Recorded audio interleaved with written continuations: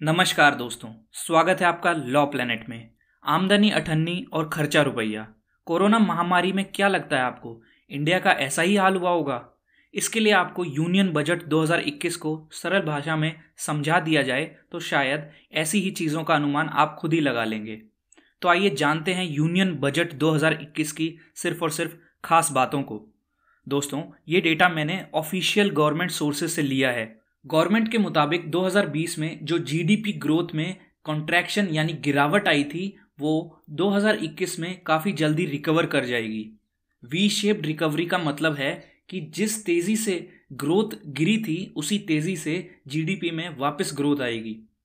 इस ग्राफ में index of industrial production को दर्शाया हुआ है। इंडेक्स ऑफ इंडस्ट्रियल प्रोडक्शन एक क्यूमुलेटिव एस्टीमेट है, इंडिया की इंडस्ट्रीज के द्वारा जो प्रोडक्शन किया जाता है उसका। तो वाई एक्सिस पे आईआईपी का परसेंटेज दिया हुआ है और लेफ्ट साइड पे टाइमलाइन दी हुई है। इस ग्राफ से पता चल रहा है कि इंडस्ट्रियल प्रोडक्शन की ग्रोथ मार्च, अप्रैल, मई 2020 में नेगेटिव हो गई थी, चाहे वो माइनिंग हो, मैन्युफैक्चरिंग हो या इलेक्ट्रिसिटी हो।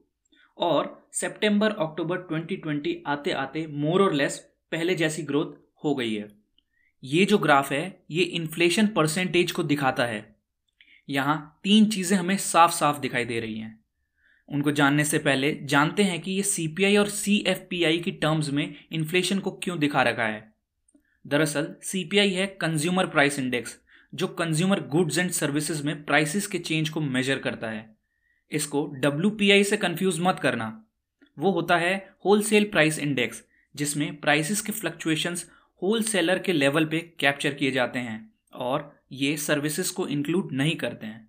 जबकि सीपीआई एक्चुअल कंज्यूमर तक जो प्रोडक्ट्स एंड सर्विसेज पहुंचती है उनके प्राइस फ्लक्चुएशंस को कैप्चर करता है।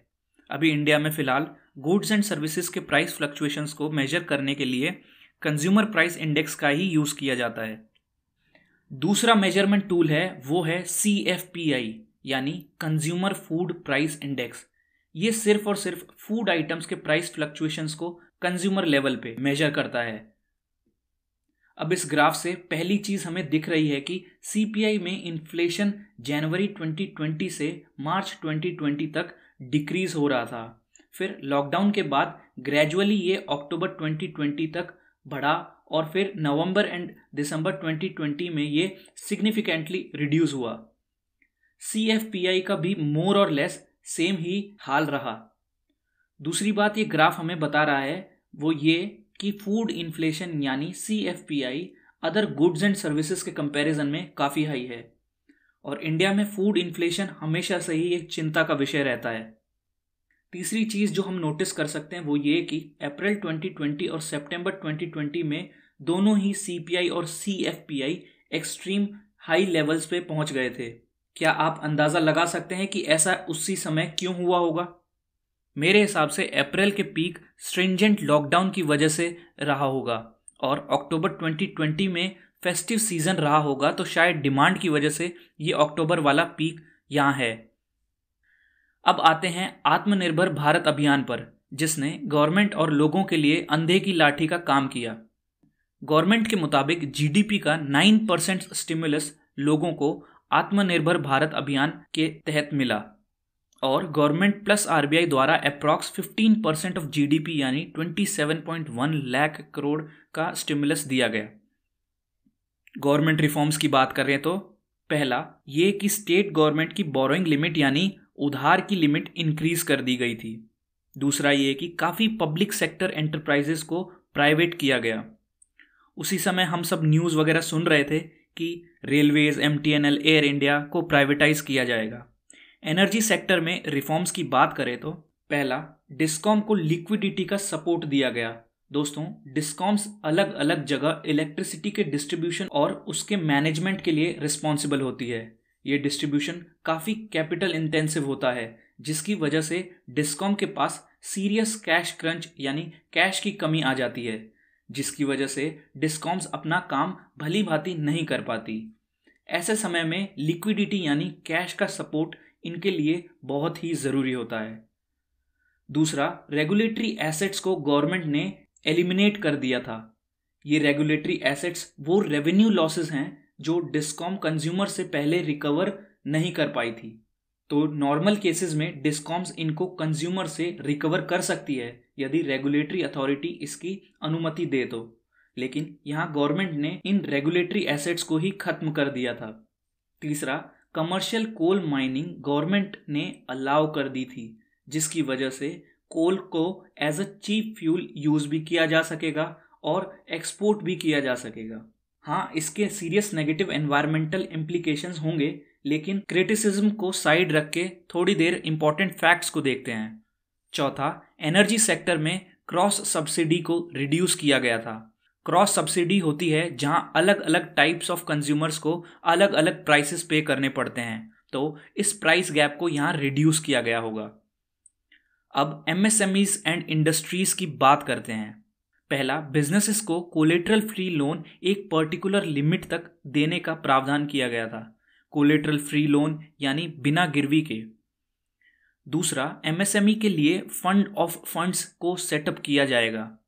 फंड ऑफ फंड्स ऐसी स्कीम है जिससे गवर्नमेंट अच्छी यानी हाई क्रेडिट एमएसएमईज में मैक्सिमम 15% तक इक्विटी इन्वेस्टमेंट कर पाएगी। हाई क्रेडिट कंपनी मतलब जो बोरोड लोन को डिफॉल्ट ना करती हो और जिसकी फाइनेंशियल कंडीशन अबव एवरेज तो हो ही। इक्विटी इन्वेस्टमेंट यानी गवर्नमेंट उस कंपनी में स्टेक होल्डर बनेगी अप टू मैक्सिमम ऑफ 15%। तीसरी है गरीब कल्याण योजना, जिसके through below poverty line families को इंश्योरेंस ग्रेन्स प्रोवाइड किए गए।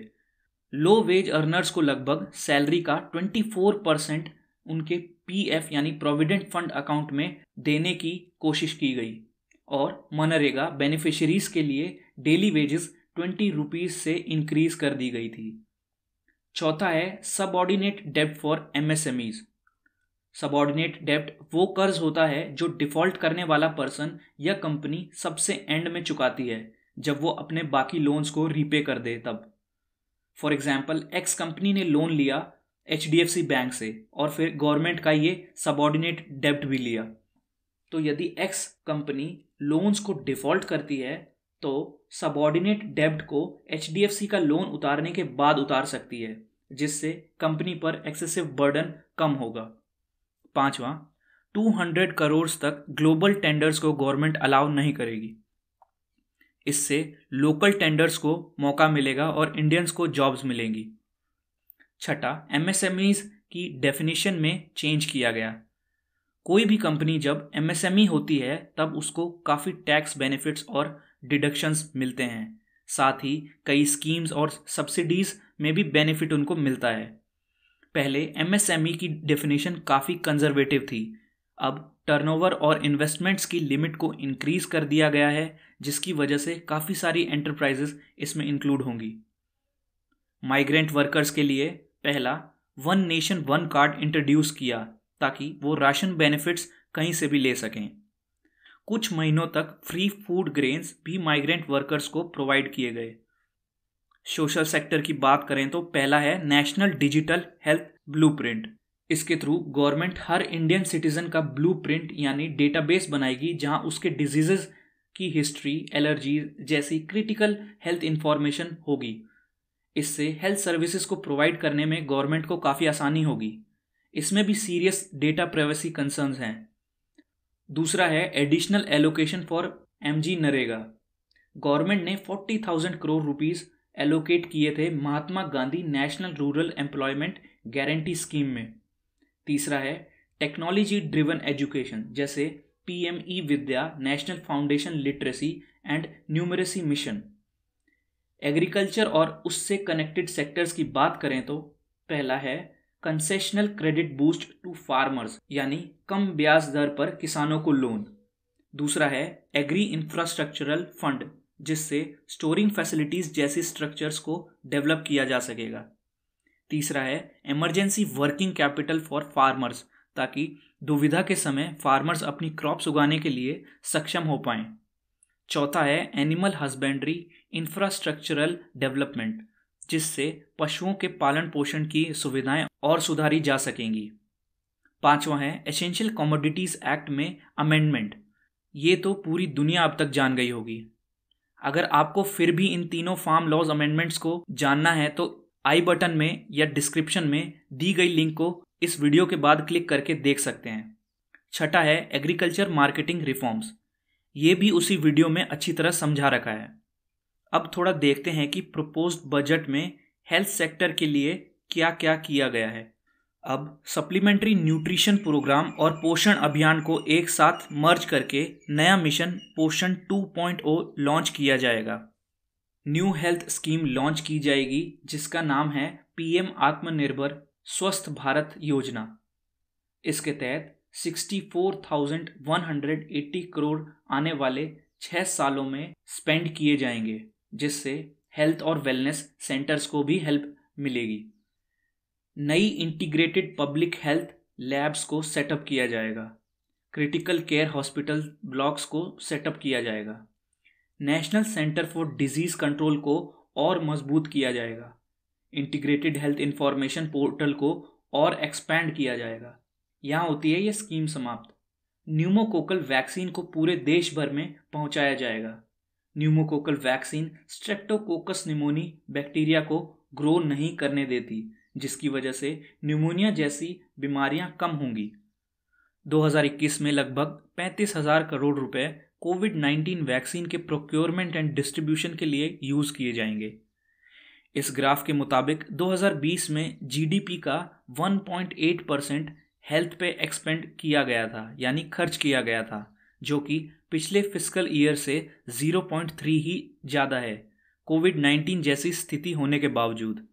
हेल्थ के लिए 2021 में 2,23,846 करोड़ रुपीस इस्तेमाल किए जाएंगे, जो कि पिछले साल 94,452 करोड़ थे। और national commission for allied health care professional bill 2020 को इंट्रोड्यूस किया गया। इस बिल से हेल्थ केयर प्रोफेशनल्स के एजुकेशन और प्रैक्टिस को रेगुलेट और स्टैंडर्डाइज किया जाएगा। अब इंडस्ट्रियल सेक्टर पर आते हैं। प्रोडक्शन लिंक्ड इंसेंटिव स्कीम को लॉन्च किया गया ताकि डिफरेंट सेक्टर्स में इंडियन कंपनीज ग्लोबल चैंपियन बन सके। टोटल 1.97 लाख करोड़ आने वाले 5 सालों में इसके लिए यूज़ किए जाएंगे। नेशनल इंफ्रास्ट्रक्चर पाइपलाइन प्रोजेक्ट्स को इस पाई चार्ट में दिखाया हुआ है। Total national infrastructure pipeline projects अब बढ़कर 7,400 प्रोजेक्ट्स हो गए हैं। इसमें एनर्जी और रोड प्रोजेक्ट्स मैक्सिमम हैं। इस ग्राफ में GVA यानी ग्रॉस वैल्यू एडिड को दिखाया हुआ है। ग्रॉस वैल्यू एडिड होता है GDP plus subsidies on products minus taxes on products. आप ये मान लीजिए कि अप्रॉक्स GDP के इक्विवेलेंट ही होता है। इस ग्राफ के अकॉर्डिंग GDP में मैक्सिमम कंट्रीब्यूशन सर्विस सेक्टर का है और फिर इंडस्ट्रियल सेक्टर का है और सबसे कम कंट्रीब्यूशन एग्रीकल्चर, फॉरेस्ट्री और फिशरीज का है। सर्विस सेक्टर का contribution over the period of time continuously increase हो रहा है। इंडस्ट्रियल सेक्टर का कंट्रीब्यूशन डिक्रीज हो रहा है और एग्रीकल्चर सेक्टर का कंट्रीब्यूशन पिछली साल हल्का सा बढ़ा है। नई मित्रा स्कीम को लॉन्च किया जाएगा ताकि टेक्सटाइल सेक्टर के लिए वर्ल्ड क्लास इंफ्रास्ट्रक्चर को डेवलप किया जा सके और इंडियन टेक्सटाइल सेक्टर को ग्लोबल चैंपियन बनाया जा सके। और आने वाले 3 सालों में 7 टेक्सटाइल पार्क्स को डेवलप किया जाएगा। अब आते हैं इंफ्रास्ट्रक्चर पे। गवर्नमेंट के अकॉर्डिंग फाइनेंशियल ईयर 2020 से 2021 में per day 22 kilometre road construction हुआ था, जो कि पिछले 4 सालों में सबसे कम है। नेशनल रेल प्लान के तहत रेल इंफ्रास्ट्रक्चर को 2030 तक सुधारा जाएगा ताकि 2050 तक की ट्रैफिक रिक्वायरमेंट्स को पूरा किया जा सके। अभी फिलहाल फ्रेट यानी मालगाड़ियों का शेयर 27% है, जो गवर्नमेंट आने वाले समय में 45% तक इंक्रीज करना चाहती है। ब्रॉड गॉज रेलवे रूट्स को 2023 तक 100% इलेक्ट्रीफाई किया जाएगा। ब्रॉड गॉज वो रेल की पटरी होती है जिसमें बीच का डिस्टेंस 1435 मिलीमीटर से ज़्यादा होता है। इंडिया में ही ऑटोमेटिक ट्रेन प्रोटेक्शन सिस्टम बनाकर लॉन्च किया जाएगा। ऑटोमेटिक ट्रेन प्रोटेक्शन सिस्टम यदि कोई ह्यूमन एरर हो जाए तो उस समय मेजर एक्सीडेंट को होने से रोक सकता है। गवर्नमेंट के मुताबिक 2013-14 में 250 गीगावाट इलेक्ट्रिसिटी प्लांट्स लगाए गए थे, जबकि 2019-20 में 360 गीगावाट इलेक्ट्रिसिटी प्लांट्स लगाए गए थे। 139 गीगावाट्स पिछले 6 सालों में ऐड हुए हैं, जिससे 2.8 करोड़ हाउस होल्ड्स तक इलेक्ट्रिसिटी पहुंची है और 1.41 lakh circuit kilometres transmission lines add की गई। सर्किट किलोमीटर असलियत में किलोमीटर से कम होता है। आने वाले 5 सालों में 3,05,984 करोड़ रुपीस नए पावर डिस्ट्रीब्यूशन सेक्टर स्कीम्स में लगाए जाएंगे, जो कि रिफॉर्म बेस्ड और रिजल्ट लिंक्ड सिस्टम होगा। हाइड्रोजन एनर्जी मिशन को लॉन्च किया जाएगा। पोर्ट्स, शिपिंग और वाटरवेज की बात करें तो पब्लिक प्राइवेट पार्टनरशिप मोड को यूज किया जाएगा ताकि मेजर पोर्ट्स के ऑपरेशंस को मैनेज किया जा सके। सब्सिडी प्रोवाइड करवाई जाएगी ताकि मर्चेंट शिप की फ्लैगिंग को प्रमोट किया जा सके। जब कोई शिप ओनर अपनी मर्चेंट शिप को गवर्नमेंट रजिस्टर में ऐड करवा लेता है तब उसे फ्लैगिंग ऑफ शिप कहते हैं। पेट्रोलियम नेचुरल गैस को देखें तो उज्ज्वला स्कीम अब 1 करोड़ और बेनिफिशियरीज तक पहुंचाई जाएगी। 100 और डिस्ट्रिक्ट्स में city gas distribution network setup किया जाएगा। अलग से independent gas transport system operator को सेटअप किया जाएगा। एक नया बिल लाया जाएगा जिसके तहत डेवलपमेंट फाइनेंस इंस्टीट्यूशंस को सेटअप किया जाएगा। ये development finance institution risk capital provide करता है ताकि इकोनॉमिक डेवलपमेंट प्रोजेक्ट्स कंप्लीट हो सकें। ब्राउनफील्ड इंफ्रास्ट्रक्चर एसेट्स को नेशनल मोनेटाइजेशन पाइपलाइन के थ्रू मोनेटाइज किया जाएगा। ब्राउनफील्ड इंफ्रा एसेट्स वो गवर्नमेंट एसेट्स होंगे जिन्हें गवर्नमेंट लीज पर देगी ताकि वहां से रेवेन्यू जनरेट कर सके। अर्बन डेवलपमेंट को देखते हैं। जल जीवन मिशन अर्बन से सभी अर्बन लोकल बॉडीज में वाटर सप्लाई किया जाएगा। अर्बन स्वच्छ भारत मिशन के लिए आने वाले 5 साल में 1,41,678 करोड़ यूटिलाइज किए जाएंगे। 2,217 करोड़ 42 अर्बन सेंटर्स के लिए यूज होंगे ताकि एयर पोल्यूशन की समस्या को हल किया जा सके।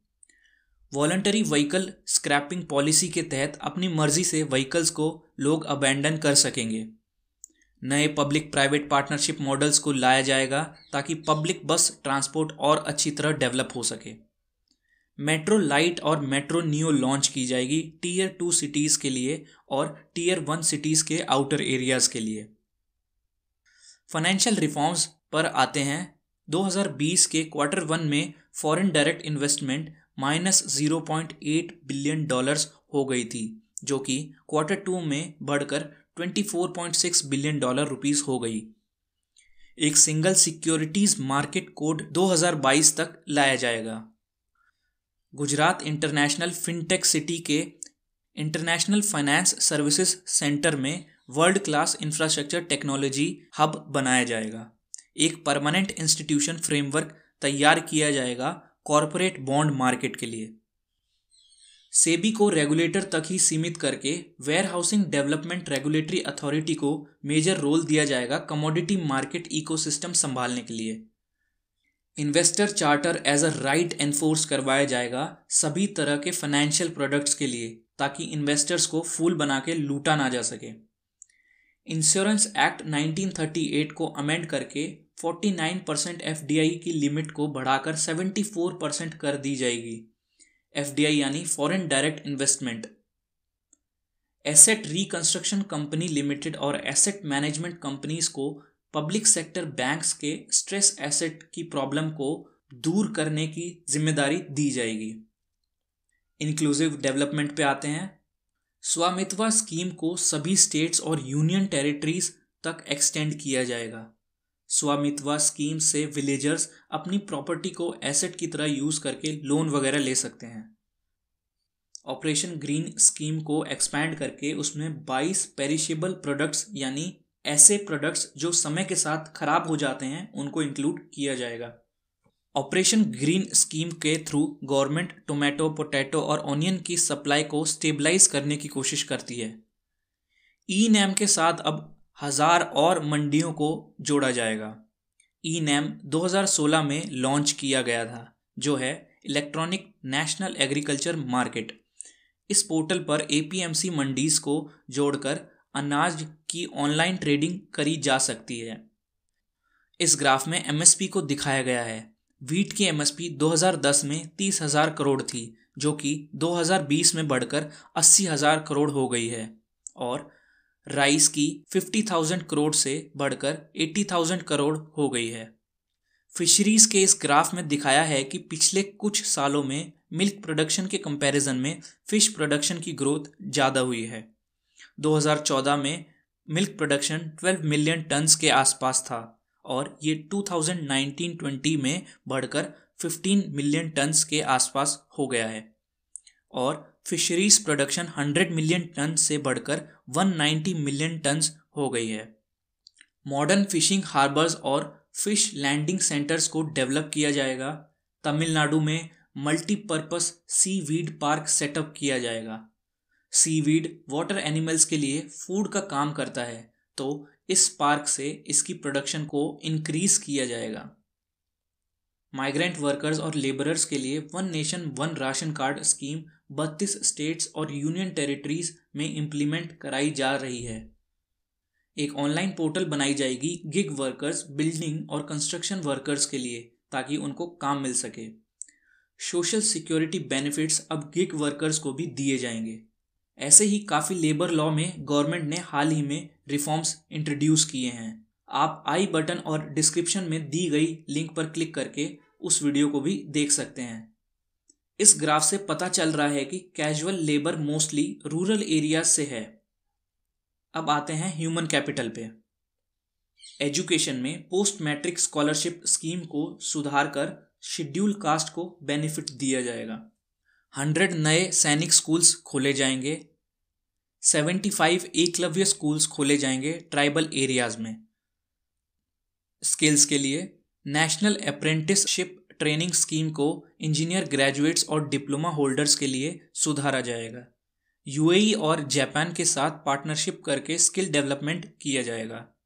ये ग्राफ हमें ग्लोबल इनोवेशन इंडेक्स में इंडिया की रैंक को दिखाता है। ओवर द ईयर्स इंडिया की ग्लोबल इनोवेशन इंडेक्स में रैंक इम्प्रूव हुई है। एक higher education commission of India set up किया जाएगा, जो स्टैंडर्ड सेटिंग, एक्रेडिशन, रेगुलेशन और फंडिंग का काम संभालेगा। 2020-21 में जीडीपी का 3.5% एजुकेशन में स्पेंड किया गया, जो कि पिछले साल के कंपैरिजन में 0.5% ही ज़्यादा है। रिसर्च एंड डेवलपमेंट के लिए नेशनल रिसर्च फाउंडेशन के लिए 50,000 करोड़ रुपीस आने वाले 5 सालों में स्पेंड किए जाएंगे। नेशनल लैंग्वेज ट्रांसलेशन मिशन को लॉन्च किया जाएगा ताकि इंटरनेट एक्सेस को बढ़ाया जा सके। डीप ओशन मिशन के थ्रू ओशन एक्सप्लोरेशन और बायोडाइवर्सिटी कंजर्वेशन पे ध्यान दिया जाएगा। अब इंडिया की फिस्कल पोजीशन को देखते हैं। स्टेट गवर्नमेंट अब अपने जीएसडीपी का 4% तक सेंट्रल गवर्नमेंट से बोरो कर पाएगी। ये बोरोइंग लिमिट पिछले साल के कंपैरिजन में इंक्रीज की गई है। जीएसडीपी यानी ग्रॉस डोमेस्टिक स्टेट प्रोडक्ट। किसी स्पेशल नीड के लिए एडिशनल 0.5% ऑफ जीएसडीपी स्टेट बोरो और कर पाएंगे। नेशनल स्मॉल सेविंग फंड द्वारा फूड कॉरपोरेशन ऑफ इंडिया को फूड सब्सिडीज देने के लिए लोन प्रोवाइड किया जाएगा। नेशनल स्मॉल सेविंग फंड एक पब्लिक अकाउंट है जिसमें लोगों की स्मॉल इन्वेस्टमेंट्स को कंसोलिडेटेड फंड ऑफ इंडिया से अलग रखा जाता है। लोग जो पब्लिक प्रोविडेंट फंड और नेशनल सेविंग सर्टिफिकेट जैसी चीज़ों में पैसा इन्वेस्ट करते हैं, वो इस नेशनल स्मॉल सेविंग फंड में ही एक्यूमुलेट होता है। 1,18,452 करोड़ रुपीस 17 स्टेट्स को उनके रेवेन्यू डेफिसिट के लिए ग्रांट किए जाएंगे। रेवेन्यू डेफिसिट वो सरप्लस अमाउंट है जो कमाई के बाद भी एक्स्ट्रा खर्च हो गया है। इस ग्राफ में फिस्कल डेफिसिट ऑफ इंडिया को दिखाया गया है। वाई एक्सिस पे परसेंटेज ऑफ जीडीपी है और एक्स एक्सिस पे टाइमलाइन है।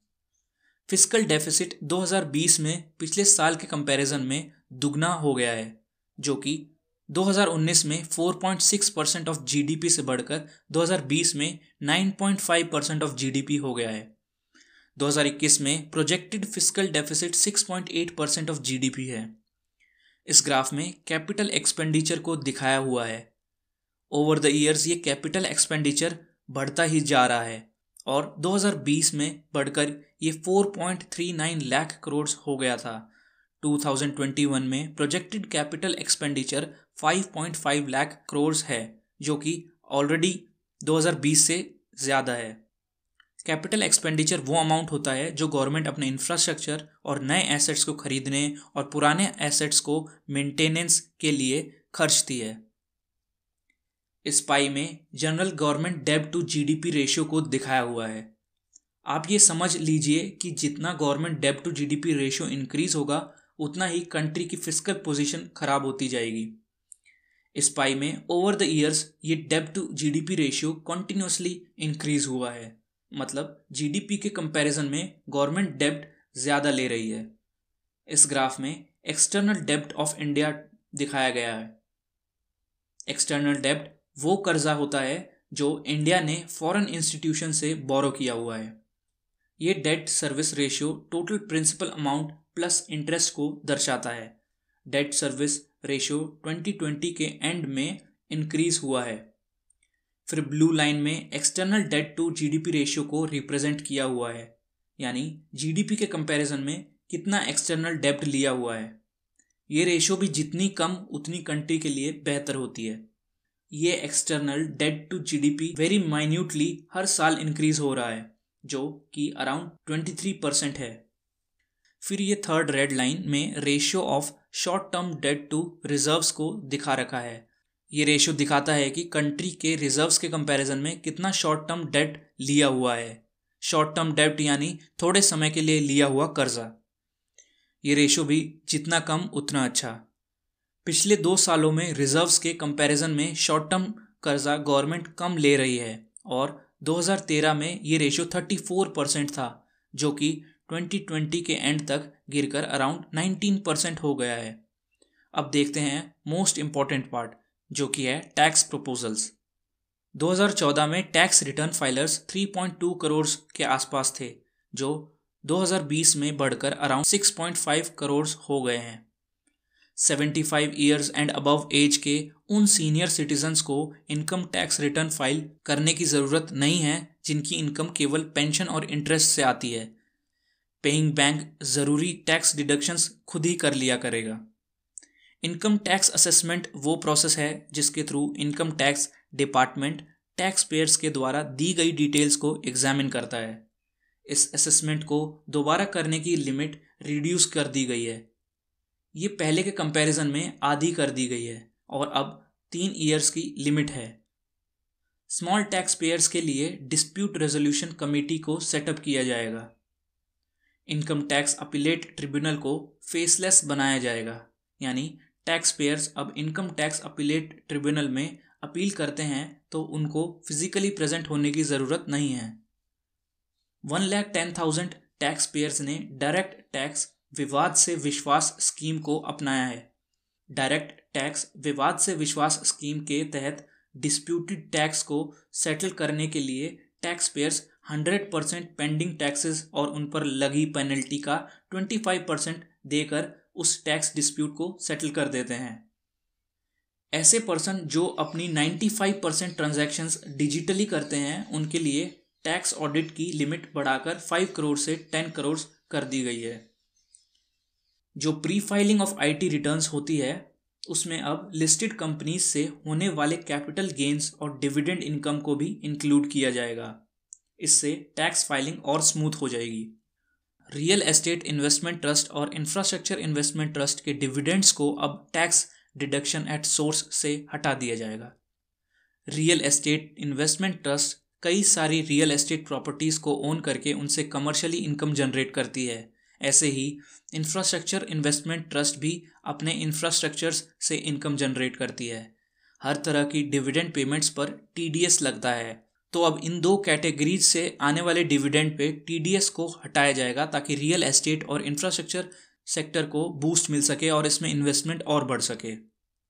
अब स्टार्टअप्स के लिए टैक्स हॉलिडे के बेनिफिट की लिमिट को 1 और साल से इंक्रीज कर दिया जाएगा। इससे स्टार्टअप्स में और फंडिंग होगी। यदि किसी ने 31 मार्च 2022 तक कोई होम लोन लिया है तो उसको अपनी इनकम से 1.5 लाख रुपए तक का डिडक्शन का बेनिफिट मिल सकता है। अब बात करते हैं इनडायरेक्ट टैक्सेस की।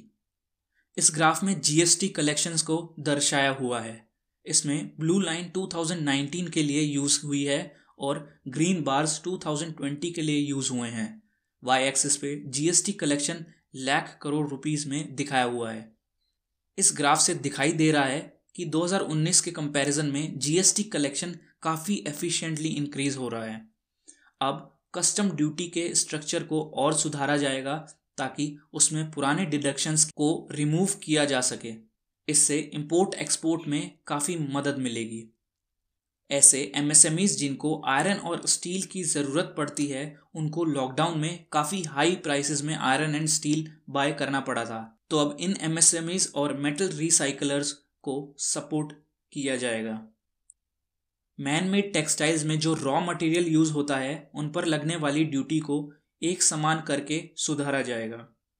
गोल्ड एंड सिल्वर पर लगने वाली कस्टम ड्यूटी को और रैशनलाइज किया जाएगा। सोलर इन्वर्टर्स और लैंटर्न्स पर ड्यूटीज को इंक्रीज किया जाएगा ताकि डोमेस्टिक प्रोडक्शन इंक्रीज हो सके। एग्रीकल्चर इंफ्रास्ट्रक्चर को इम्प्रूव करने के लिए पेट्रोल, डीजल, गोल्ड और अन्य कुछ आइटम्स पर सेस लगाया जाएगा। अब देखते हैं कि गवर्नमेंट ऑफ इंडिया के पास पैसा कहाँ कहाँ से आता है।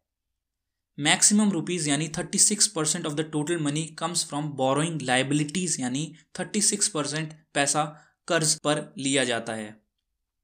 5% पैसा नॉन डेट कैपिटल रिसीट्स से आता है। नॉन डेट कैपिटल रिसीट्स यानी ऐसे पैसे जो सेंट्रल गवर्नमेंट ने स्टेट को लोन के रूप में दिए हुए थे। 14% पैसा इनकम टैक्स से आता है। 8% पैसा सेंट्रल एक्साइज ड्यूटीज से आता है। सेंट्रल एक्साइज ड्यूटीज एक तरीके का इनडायरेक्ट टैक्स ही है जो अल्कोहल, टोबैको, एनर्जी जैसे प्रोडक्ट्स पर लगाया जाता है।